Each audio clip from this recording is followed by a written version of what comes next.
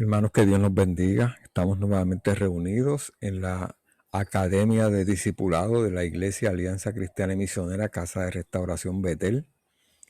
En nuestro currículo estamos muy agradecidos a usted que está aquí conectado, a todos nosotros que estamos unidos a la iglesia y unidos en la iglesia, el cuerpo de Cristo.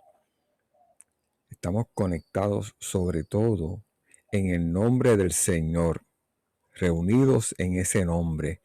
Y hoy comenzamos otro tema, otro estudio, otra manera de ver y de entender las declaraciones de fe sobre las cuales se fundamenta nuestra vida, y es el regreso del Señor. Nuestro tema hoy es la segunda venida del Señor Jesucristo. La clave hoy, lo que debemos aprender hoy es lo siguiente: anímense unos a otros. Estamos llamados a darnos ánimo unos a otros. Usted y yo tenemos dificultades relacionadas a las situaciones de enfermedad, a las situaciones económicas. Sufrimos cuando vemos las injusticias que ocurren día a día y tantas cosas más que nos causan sufrimiento y que a veces requiere que alguien nos dé ánimo para seguir. Hoy nos vamos a preguntar si el conocimiento, si el saber que este mundo no durará para siempre, si saber eso puede cambiar algunas de nuestras actitudes cuando nos enfrentamos a esos problemas. Si Cristo regresa para establecer su reino, ¿cómo cambia mi actitud hacia tantas cosas malas que ocurren hoy en día?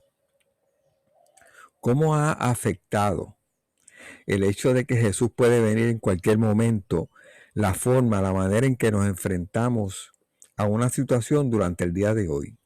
Alguna situación difícil, alguna situación complicada. ¿Cómo nos enfrentamos? Lo hicimos bien, fuimos efectivos, tenemos algo de lo cual no estamos orgullosos. ¿Y cómo eso pudo haber cambiado si yo hubiera tenido en mente claramente que Cristo regresa, que Cristo vuelve? ¿Cómo puede afectar la forma en que yo enfrenté esa situación y cómo puede afectar la forma en que yo me voy a enfrentar a las situaciones que vienen en el día de mañana? ¿Cómo cambia mi manera de ver esa situación y mi manera de ver el mundo? ¿Cómo cambia la forma en que yo entiendo el mundo material en el que yo vivo ahora cuando sé o cuando vivo sobre el fundamento de que Cristo regrese y que ese mundo material va a terminar? ¿Hay acaso algo bueno en saber que las cosas solo empeorarán mientras estemos en este mundo, en lugar de mejorar? Que el mundo no se va a mejorar por medio del esfuerzo humano. Saber eso me lleva a mí a entender que hay una sola esperanza. Para darnos esperanza, Dios nos ha dicho algunas de las verdades acerca de la segunda venida de Jesús y del fin del mundo. Algunas de las verdades, las que podemos entender, las que podemos manejar nosotros. Muchos cristianos, sin embargo, sienten temor cuando estudian la segunda venida de Cristo. ¿Por qué piensas que sentimos temor? ¿Te has escuchado esos estudios del Apocalipsis? ¿Qué le infunden? No todos los estudios del Apocalipsis, obviamente. Hoy vamos a estudiar el Apocalipsis. Me refiero a esos estudios que se hacen con la intención de provocar una impresión, una emoción en el que escucha. ¿Cómo podemos pasar del temor a la esperanza?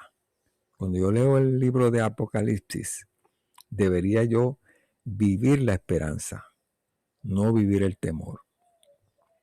¿Por qué piensas que los creyentes que sufren persecución han hallado siempre una increíble fuente de esperanza en la verdad de la segunda venida de Jesús? En eso vamos a pensar en la reunión de hoy. En 1 de Tesalonicenses 4, versículo 13 dice: hermanos míos, queremos que sepan lo que en verdad pasa con los que mueren, para que no se pongan tristes como los que no tienen esperanza. Nosotros creemos que Jesucristo murió y resucitó, y que del mismo modo Dios resucitará a los que vivieron y murieron confiando en Él. Esos son usted y yo.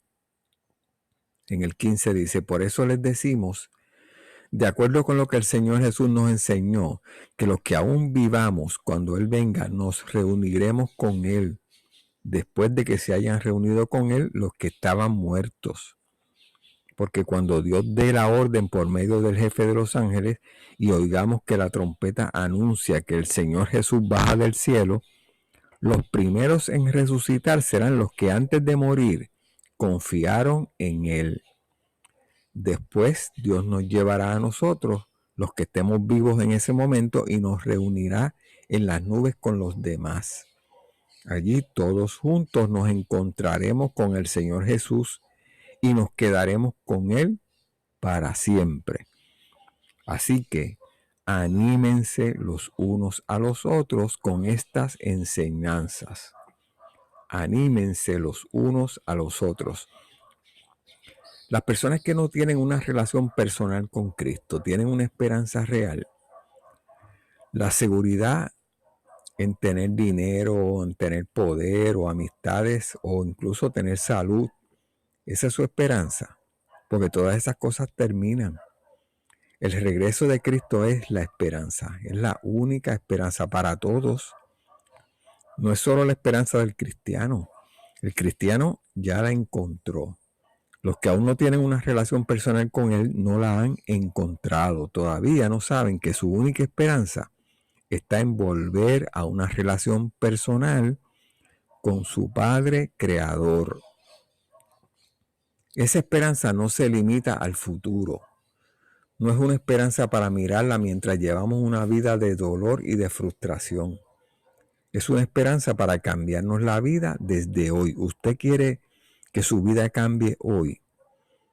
¿Usted ha vivido alguna vez el síndrome del avión? Que es esa idea que sienten las personas cuando se encuentran acorralados de montarse en un avión y salir y que nadie sepa dónde están. Esa idea de escapar. Pues esa idea de escapar que las personas, los seres humanos sentimos cuando nos sentimos atrapados, acorralados, tiene una salida, que es la salida de la esperanza en que este mundo no durará para siempre. Todos nuestros dolores y sufrimientos tienen una fecha de caducidad. Esa es la esperanza para cambiarnos la vida desde hoy, para ayudarnos a encontrar significado a nuestra vida desde ahora, significado. El regreso del Señor Jesucristo también nos ayuda a encontrar propósito a nuestra vida desde hoy, significado y propósito. Nosotros queremos ser felices, eso es un sí. Significado y propósito, esa es la solución. Esas dos palabras son importantes porque son la manera de Dios para que seamos felices. Nosotros somos felices cuando encontramos significado para nuestra vida y propósito para nuestra vida. ¿Qué significa la vida para mí? Esa pregunta no la vamos a contestar ahora. Esa pregunta se debe quedar en nuestra mente. ¿Qué significa la vida para mí? ¿Qué significo yo para los demás? No se pueden contestar esas preguntas así de manera inmediata. Esas preguntas deben estar dándonos vuelta en la cabeza. Porque significado y propósito le dan sentido a nuestra vida. Contestan los por qué de nuestra vida. El regreso de Cristo le da significado a la vida. Vivo esperando ese triunfo y esa culminación feliz que le da comienzo a la verdadera vida. Eso le da significado a mi vida. Nos gustaría poder hacer esta afirmación, nos gustaría poder decir esto de esta manera. Yo vivo creyendo que Cristo regresará y viviré con Él, y por eso vivo tranquilo en esa esperanza. Puedo estar relajado, puedo estar en equilibrio. Mi vida significa algo para las demás personas a mi alrededor y para Dios. Yo represento algo bueno para las demás personas. porque sé que Cristo regresará y las situaciones que me duelen y amenazan hoy terminarán y viviré feliz. Las cosas que yo hago, las cosas que yo digo, mi forma de ser, algún gesto que les ofrecí. Les gusta mi forma de cocinar, mi forma de cuidar el patio, lo responsable que soy en mi trabajo, mi trato amable y bondadoso, la humildad que demuestro y la forma simple en la que vivo.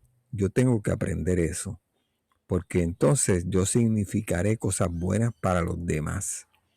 Porque Cristo tiene una casa para mí en su reino y todos mis sufrimientos actuales van a terminar. Yo vivo creyendo que Cristo regresará y que viviré con Él, y por eso vivo tranquilo en esa esperanza. Puedo estar relajado y en equilibrio. Todo lo que vivo y sufro en esta vida tiene significado. Y yo sé que Dios tiene un propósito para mí. Cuando Él regrese estaremos alegres mirando ese propósito cumplido. Él me llevará día a día para realizar ese propósito. Me ofrecerá todo lo que se necesita para realizar ese propósito. El plano de esa construcción, la fuerza, la energía necesarias, el conocimiento que se requiere, las soluciones y las respuestas a las preguntas, todo eso Dios lo tiene. Como yo sé que Dios hará toda la parte difícil para cumplir su propósito, es decir, que yo no tengo que realizar el propósito del Señor usando mis propias fuerzas, yo puedo decir, sí, envíame a mí. Y acepto el propósito de Dios para mi vida y para las demás personas a mi alrededor y para Dios. Yo llevo a la realidad un propósito bueno para las demás personas. Cuando pienso en el regreso de Cristo me siento bien, me siento confiado, me río solo. Es una manera boricua de decirlo. Estoy feliz con mi circunstancia. Ya yo aprendí que hay señales que apuntan el regreso de Cristo y lo anunciarán de forma inmediata. Y algunas señales acompañarán el regreso de Cristo. Pero no me voy a dejar engañar por las señales falsas del regreso de Cristo. La Biblia me avisa de eso, me alerta. Voy a tener cuidado con muchos falsos cristos y con muchos milagros y señales por falsos profetas y mensajeros que tratan de impresionar y de hacer espectáculo. Voy a tener mucho cuidado con personas que brillan mucho, aunque su brillo opaca el nombre del Señor. Tendré cuidado cuando no se demuestre mucha humildad y cuando el que habla se vea más brillante que el propio Señor del que él está hablando. El regreso de Cristo ocurrirá con unos eventos que parecen destrucción terrible, pero realmente es un nuevo nacimiento. Lo viejo se rompe para que aparezca una nueva tierra y un nuevo cielo. Cuando me doy cuenta de que tengo una esperanza tan grande, las situaciones del diario vivir no me desesperan. Cuando me doy cuenta de que mi vida tiene significado a causa del regreso de Cristo y que llevo a cabo un propósito dentro del plan de Dios que se cumplirá con el regreso de Cristo, me siento con ánimo y puedo animar a los demás. En Apocalipsis 21:1 dice, después vi un cielo nuevo y una tierra nueva, porque el primer cielo y la primera tierra habían dejado de existir, lo mismo que el mar. Terminó lo viejo, comenzó lo nuevo. En Primera de Tesalonicenses 4:17, lo leímos al principio, dice, después Dios nos llevará a nosotros, los que estemos vivos en ese momento, y nos reunirá en las nubes con los demás. Allí, todos juntos nos encontraremos con el Señor Jesús y nos quedaremos con Él para siempre. Así que, anímense los unos a los otros con estas enseñanzas. Esta es una clave que debemos aprender. Dios nos anunció el regreso de Cristo y el cumplimiento de su reino para que nos animemos unos a otros durante el periodo de pruebas de esta vida terrenal. Es un tiempo. Nos podemos animar unos a otros porque allá está esperándonos ese reino. Para animarnos unos a otros es importante que sepamos algunas cosas. es pronto. Esa es la primera. El tiempo de regreso de Jesús es pronto. Miren que vengo pronto, dichoso el que cumple las palabras del mensaje profético de este libro, dice en Apocalipsis 22:7. ¿Cómo puede Jesús venir pronto si todas estas palabras fueron escritas hace más de 2000 años? Piensa de esta forma, la palabra pronto, como se usa en este texto, no quiere decir ayer u hoy o en la siguiente hora, significa en cualquier momento, pronto. Por 2000 años el mundo ha vivido expuesto al regreso de Jesús en cualquier momento. Es como alzar la vista para ver y encontrarnos con una enorme piedra colgando de un barranco, a punto de caer. Puede que no caiga ahora, pero mientras más la miras, más te das cuenta de que puede caer en cualquier momento. Durante 2000 años, este mundo ha estado justo en el filo del regreso de Jesús. Pronto. Es una palabra llena de cercanía, de inmediatez.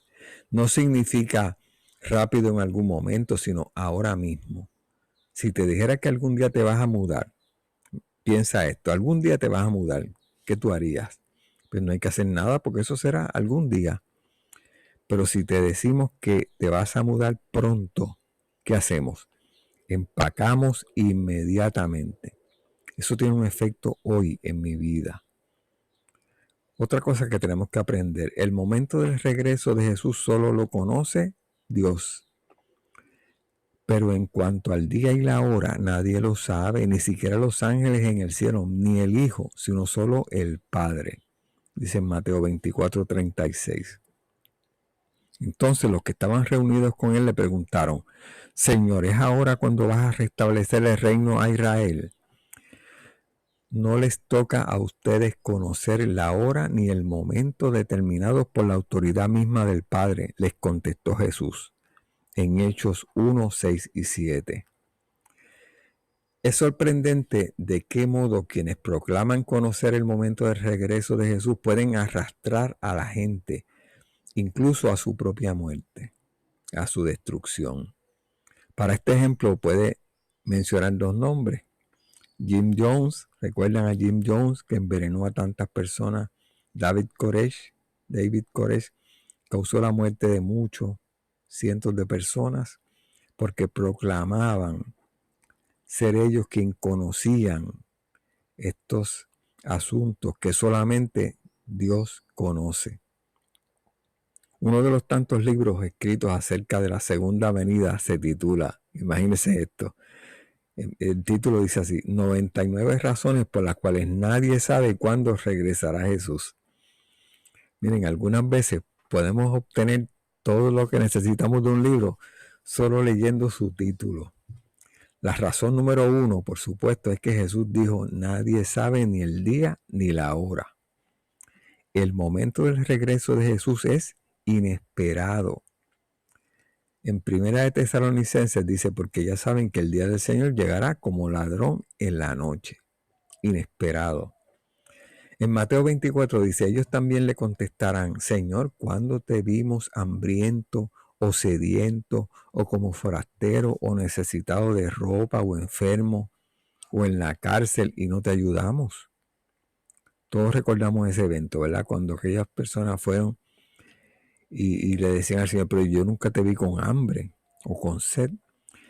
Te dice algo el hecho de que el regreso es inesperado, de que es una sorpresa, porque para aquellas personas, Cristo pasó frente a ellos con hambre y con sed y no lo pudieron identificar. Y les tomó por sorpresa su regreso. Y entonces vino el lloro y el crujir de dientes. Es importante para nosotros entender que inesperado no es lo mismo que aterrador. Jesús no viene a asustarnos, viene a salvarnos. Las únicas personas que deberían estar nerviosas, asustados acerca de la venida de Cristo, son los que no estaban preparados. Los que vieron a Cristo con hambre y con sed y no se ocuparon de ayudarlo. Y vemos a Cristo con hambre y con sed continuamente a nuestro alrededor y debemos ocuparnos de atenderlo, ¿verdad? Animarnos unos a otros no es hacer especulaciones proféticas, interpretaciones que hace la gente donde alega entender las profecías. Las teorías de conspiración abundan. Todos los días las escuchamos y nos llaman la atención, pero son piedras de tropiezo y fuente de ansiedad y de temor. Son fáciles de construir. El número 666, que ha sido tan frecuentemente objeto de especulación y de mala información que cualquier otra cosa en estas profecías, ha circulado rumores de que toda licencia en Israel, por ejemplo, comienza con 666, cosa que no es verdad. Una vez regaron un rumor de que todas las tarjetas de crédito de la tienda JCPenney comenzaban con 666. Falso. Pero se regaban esas cosas y todo el mundo las repetía. Las especulaciones que se han hecho con este número son increíbles. La gente ha añadido equivalentes numéricos a los nombres de Hitler y de Mussolini, por ejemplo, para probar que ellos eran el anticristo. Cuando ellos murieron, esas pruebas probaron ser falsas. Solo para mostrar lo inútil, lo dañino que esto puede ser, vamos a usar ese método de la magia matemática para probar algo en forma de broma. Vamos a hacerlo en forma de broma. Vamos a probar que el anticristo es el pato Donald o el ratón Mickey. Vamos a usar el caso del ratón Mickey. 10 letras en Walt Disney más 10 letras en pato Donald más eso hace 20 más 101 dálmatas, películas que ellos hicieron hace 121, más los 7 enanos hace 114, más las hermanastras malas del cuento hace 111, las 6 letras en Mickey hace 666. Lo multiplicamos y hacemos 666. Hago esta broma por una razón. Podemos probar cualquier cosa con magia matemática. No nos podemos dejar enredar con juegos numéricos, de tal forma que pierdas el verdadero enfoque. Jesús regresa pronto. Y el Apocalipsis nos muestra que el 666 no es un número del hombre. Quien quiera que sea, es solo un hombre. Un hombre que juega a ser Dios, pero no por mucho tiempo. Otro asunto que tenemos que aprender. Jesús regresará en absoluta gloria. Dice, el Señor mismo descenderá del cielo con voz de mando, con voz de arcángel y con trompeta de Dios. Y los muertos en Cristo resucitarán primero. Primera de Tesalonicenses. Miren, el Señor viene con millares y millares de sus ángeles para someter a juicio a todos, en Judas 1:14. Miren que vienen las nubes y todos los verán con sus propios ojos, incluso quienes lo traspasaron, y por él harán lamentación todos los pueblos de la tierra. Así será. Amén. En Apocalipsis 1:7. Mientras aguardamos la bendita esperanza, es decir, la gloriosa venida de nuestro gran Dios y Salvador Jesucristo, en Tito 2:13. Todos esos versos describen la gloria de su regreso. Pongamos un círculo en esas palabras y en esa frase, como cuando dice voz de mando, voz de arcángel, trompeta de Dios, en Primera de Tesalonicenses, cuando dice millares y millares de sus ángeles, en Judas. Todos lo verán con sus propios ojos, en Apocalipsis, en Tito. La bendita esperanza es la que tenemos nosotros. Y la gloriosa venida. Ahí ya usted tiene la imagen. Hágase esa imagen en la mente. Es una escena de victoria. Es una representación de esperanza. Es una imagen de eternidad. Y sobre todo es una imagen de Jesús. Podemos decirle a Dios, Jesús, anticipamos tu regreso. Nos dijiste claramente que vas a regresar porque quieres que estemos contigo. En medio de nuestras complicadas vidas o de nuestra aburrida existencia para algunas personas o de nuestro ansioso andar, podemos tomar un momento ahora mismo para pensar en su regreso. Vendrás en gloria absoluta y nos llevarás a una victoria total. Escogemos poner nuestra esperanza en ti, no en este mundo, para asegurarnos de que nuestra seguridad y nuestro gozo infinito solo están en ti. Que Dios nos bendiga.